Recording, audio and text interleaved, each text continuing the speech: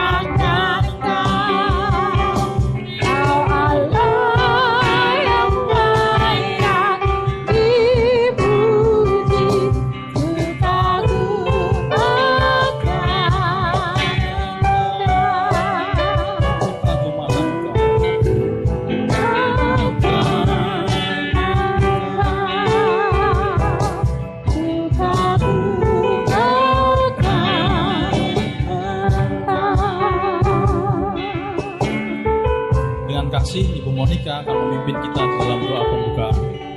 Yalah Bapa kami, sungguh kami mengagumi Engkau yang luar biasa di dalam segala situasi dan segala keadaan.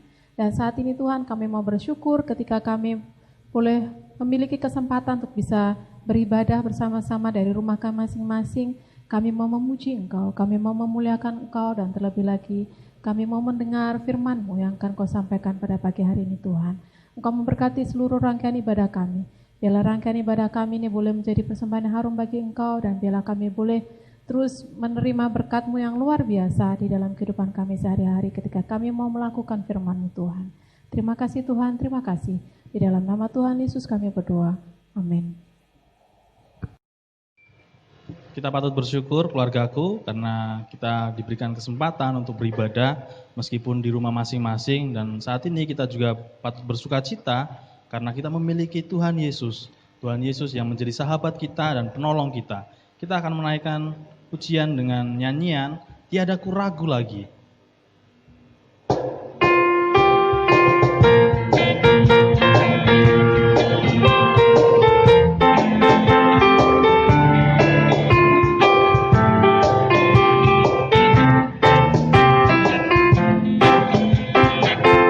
Tiada ku ragu lagi untuk mengikut-Mu Yesus. Tiada ku ragu lagi untuk melayani-Mu. Walau banyak rintangan dan badai pun menerjang, tiada ku ragu lagi untuk selamanya. Yesus, Yesus, sahabatku dan nolong dalam hidupku.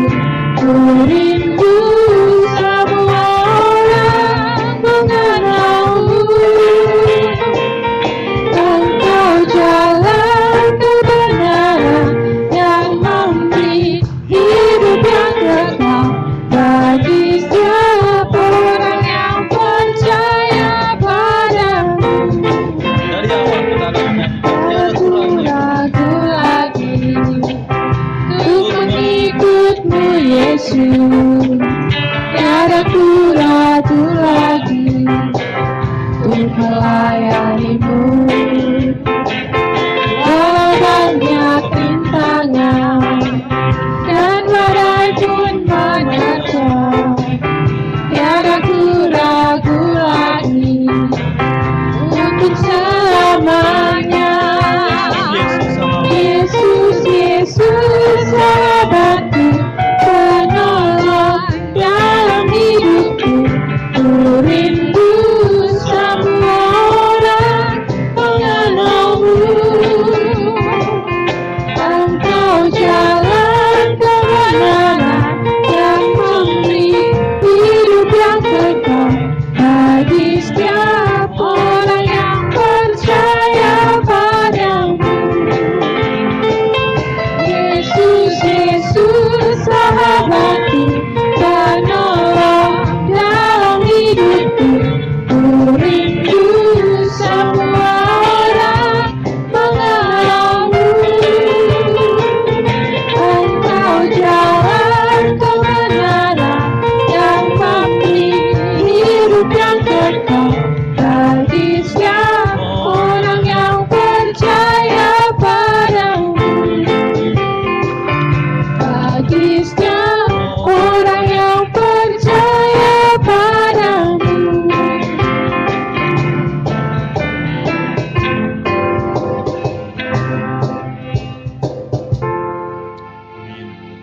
Tiba saatnya kita akan menyiapkan hati kita untuk mendengarkan kebenaran firman Tuhan, dan saat ini kita akan mendengarkan pembacaan firman Tuhan yang menjadi landasan kebenaran firman Tuhan. Dalam Yohanes 8 ayat 30 sampai 32 akan dibacakan oleh Saudari Yedi. Yohanes 8 ayat 30 sampai 32. Setelah Yesus mengatakan semuanya itu, banyak orang percaya kepadanya.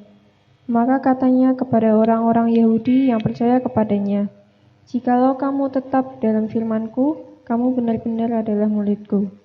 Dan kamu akan mengetahui kebenaran, dan kebenaran itu akan memerdekakan kamu.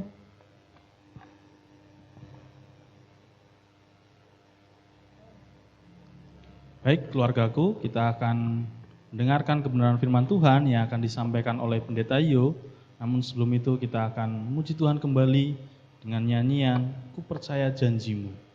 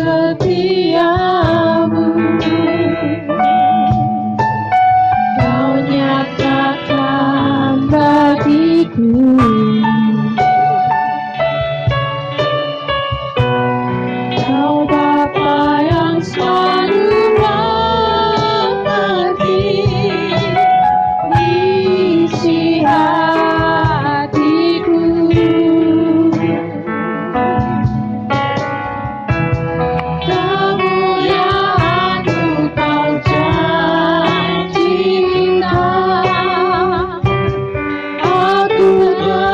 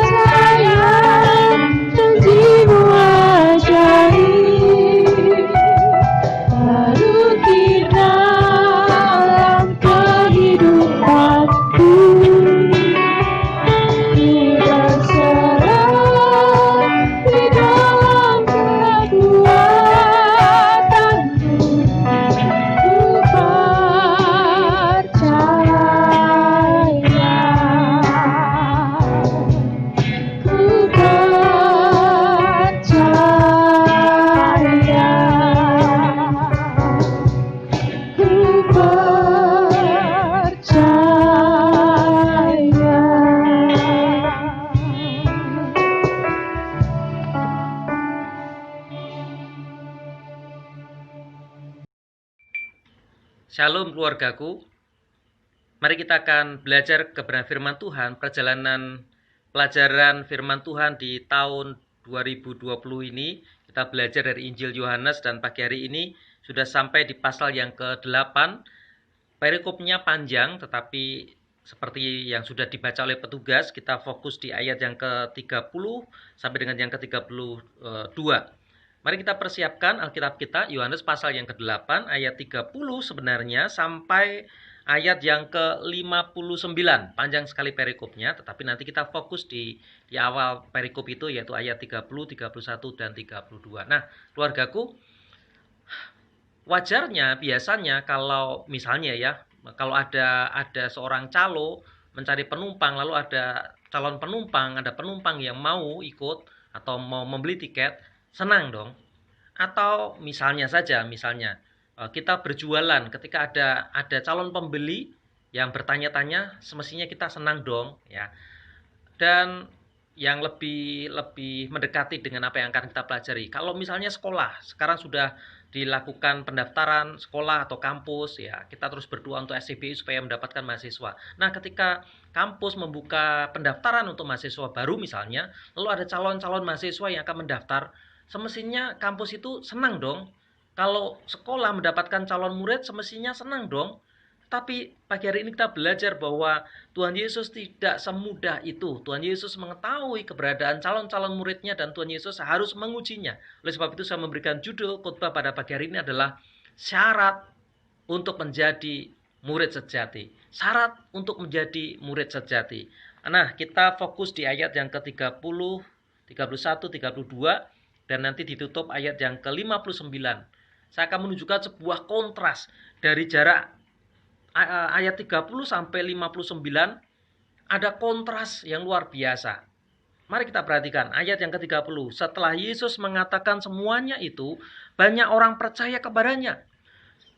Kita bisa melihat keluargaku untuk pasal perikop sebelumnya, di mana ada perdebatan, ada diskusi, ada pernyataan diri dari Tuhan Yesus, dan Yohanes menyimpulkan di ayat yang ke-30, setelah Yesus mengatakan semuanya itu, ada orang banyak yang percaya, banyak orang percaya kepadanya.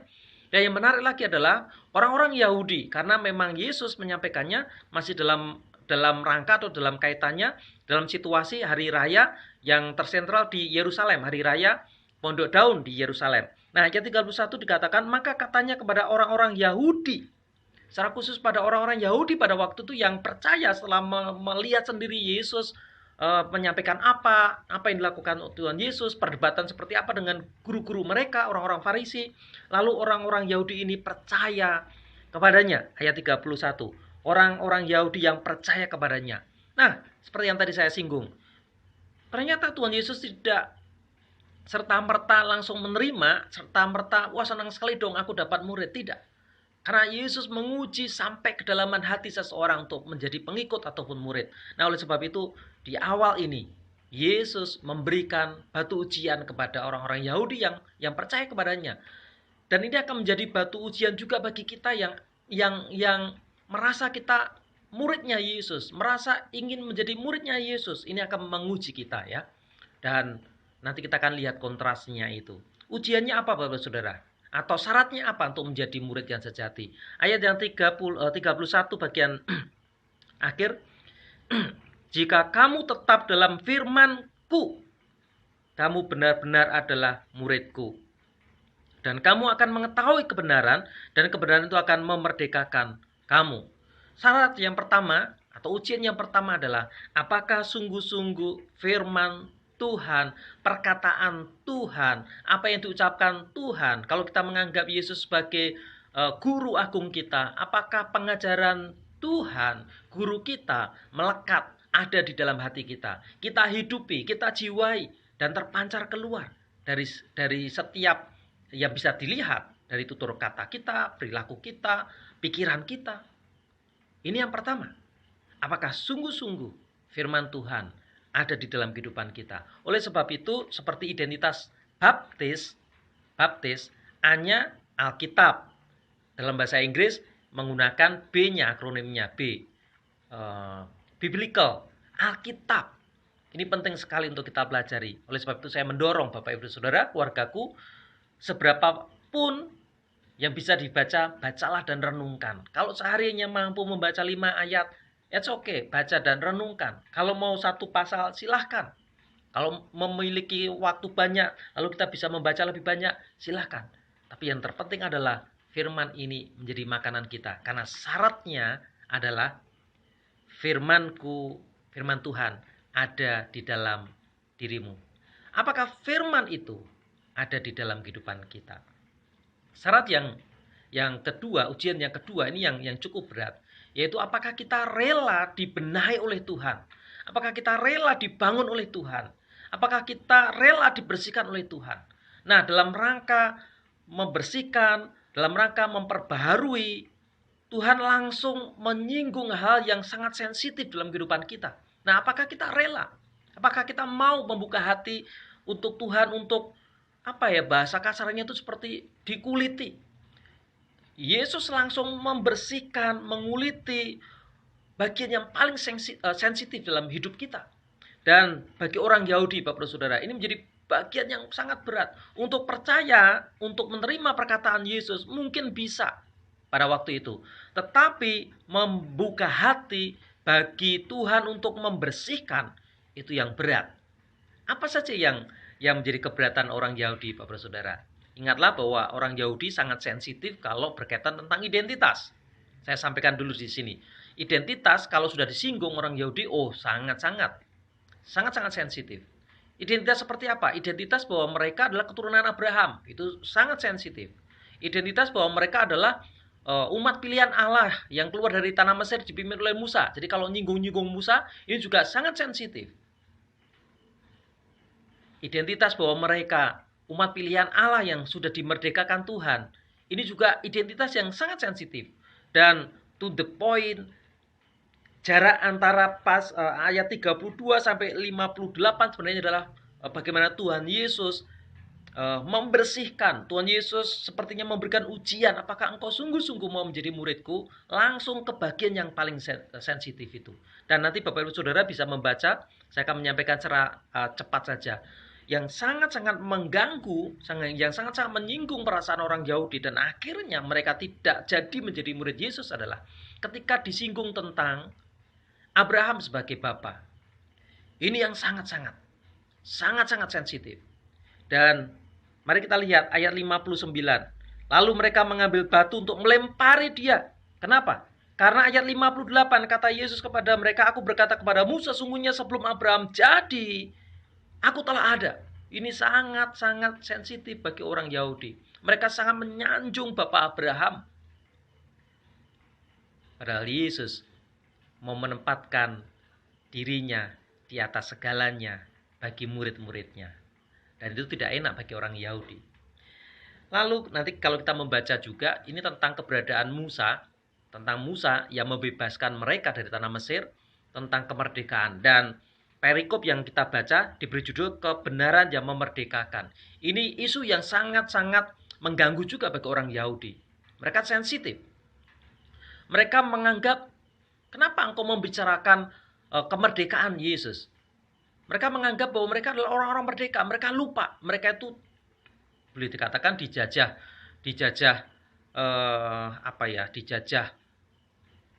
dua atau tiga hal.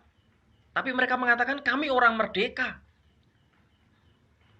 Omonganmu enggak sesuai Yesus. Kenapa? Kami orang merdeka. Padahal mereka secara hukum dijajah oleh bangsa Romawi secara hukum.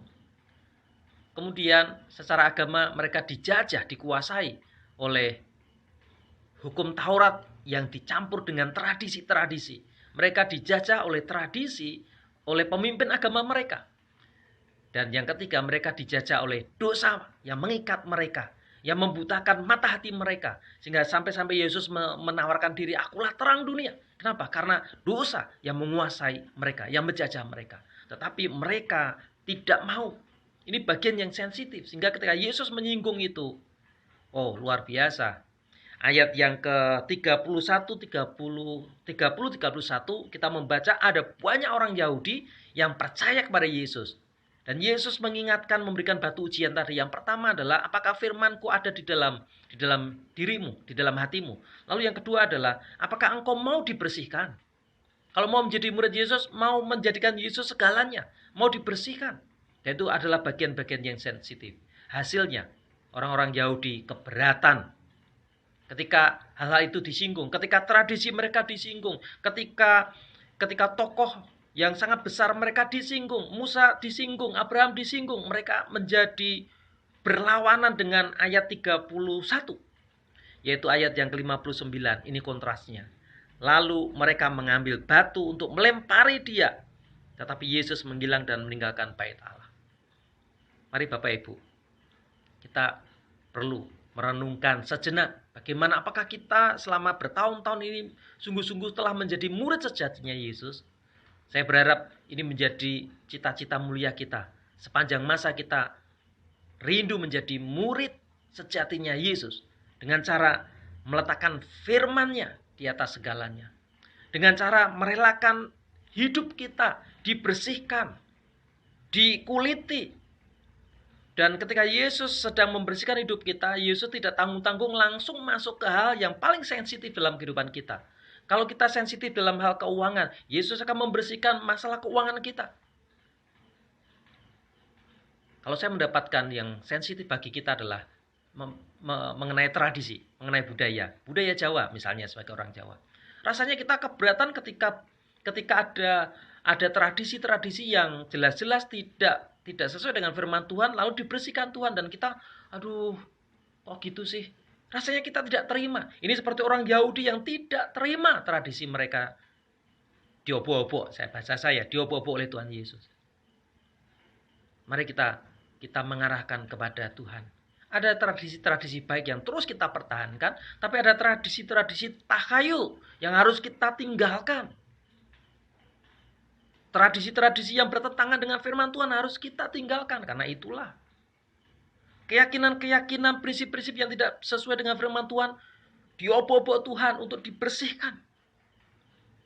Saya mau bertanya,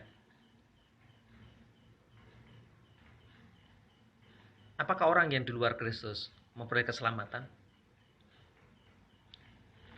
Alkitab mengatakan hanya yang percaya Yesus memperoleh keselamatan.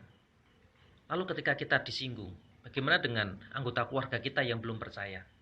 Kalau suatu saat meninggal, apakah mereka memperoleh keselamatan? Kita selalu menjawab semoga. Semoga.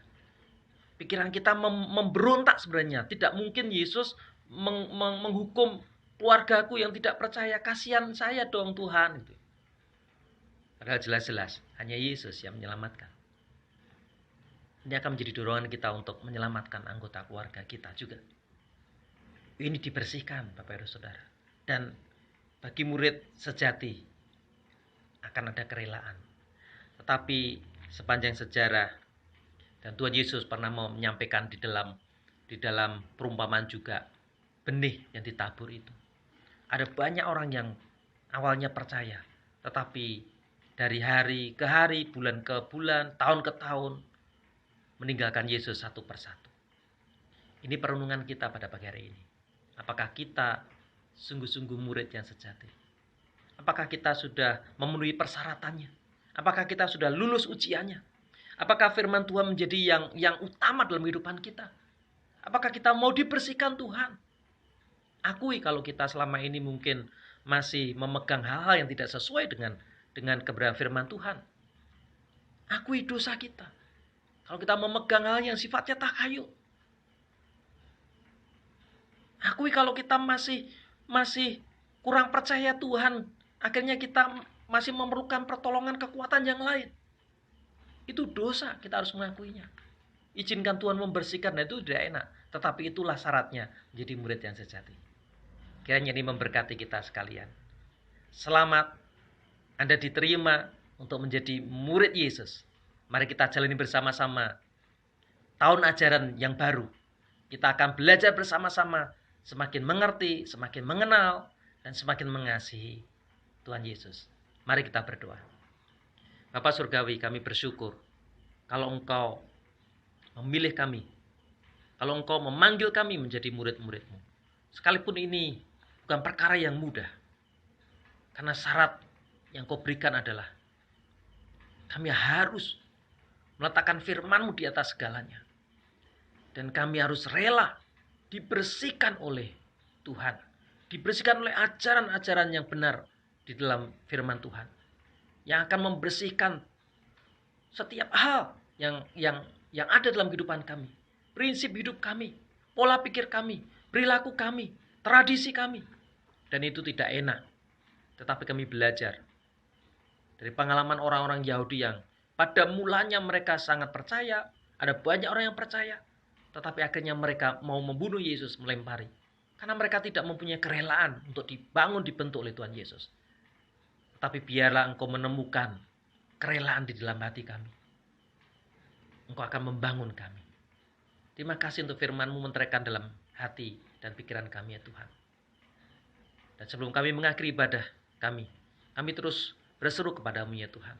Tolonglah kami untuk bisa menangkap apa yang Tuhan kehendaki. Di tengah situasi yang serba sulit untuk memutuskan. Kami sedang masuk ke dalam isu new normal. New normal dalam berbagai bidang, termasuk ibadah. Tapi biarlah kami bisa memutuskan yang terbaik. Kapan kami beribadah secara langsung di gereja. Berikan petunjuk kepada kami ya Tuhan. Dan kami menyerahkan ketika kami masih belum bisa berjumpa secara langsung. Biarlah kami tetap menikmati kebersamaan dan persekutuan. Meskipun melalui jaringan, meskipun melalui teknologi, meskipun melalui online. Tetapi hati kami terus terikat satu dengan yang lainnya. Menjadi keluarga. Menjadi keluargaku. Kami menyerahkan untuk setiap jemaat Tuhan. Berkati kami ya Tuhan dengan kekuatan kesehatan. Lindungi kami, jagai kami. Secara khusus kami yang masih bekerja, kami yang masih beraktivitas di luar rumah. Oleh karena pekerjaan. Jagai kami ya Tuhan. Supaya dijauhkan dari sakit penyakit. Termasuk sakit penyakit COVID-19. Supaya kami dimanapun berada kami memiliki ketenangan hati karena Tuhan yang melindungi kami. Lebih-lebih ketika kami taat menjalankan protokol kesehatan. Berkati untuk anak-anak kami yang sekolah. Ada yang sudah mulai sekolah secara langsung, ada yang masih sekolah pendidikan dari rumah online. Berkati supaya tidak mengurangi semangat anak-anak kami untuk mencapai cita-cita mereka. Kami menyerahkan untuk setiap kebutuhan kami. Tuhan akan penuhkan dengan cara Tuhan yang ajaib melalui pekerjaan kami. Melalui cara-cara Tuhan yang sungguh-sungguh akan memberkati kami. Kami terus menyerahkan ya Tuhan kebersamaan keluargaku, perkembangan keluargaku. Biarlah keberadaan kami yang kecil ini terus dipakai Tuhan memberi dampak, menyampaikan Injil kebenaran, menawarkan pengharapan di dalam Yesus kepada orang-orang yang membutuhkan Engkau. Berkatilah kami ya Tuhan. Nah doa kami di dalam nama Tuhan Yesus kami berdoa.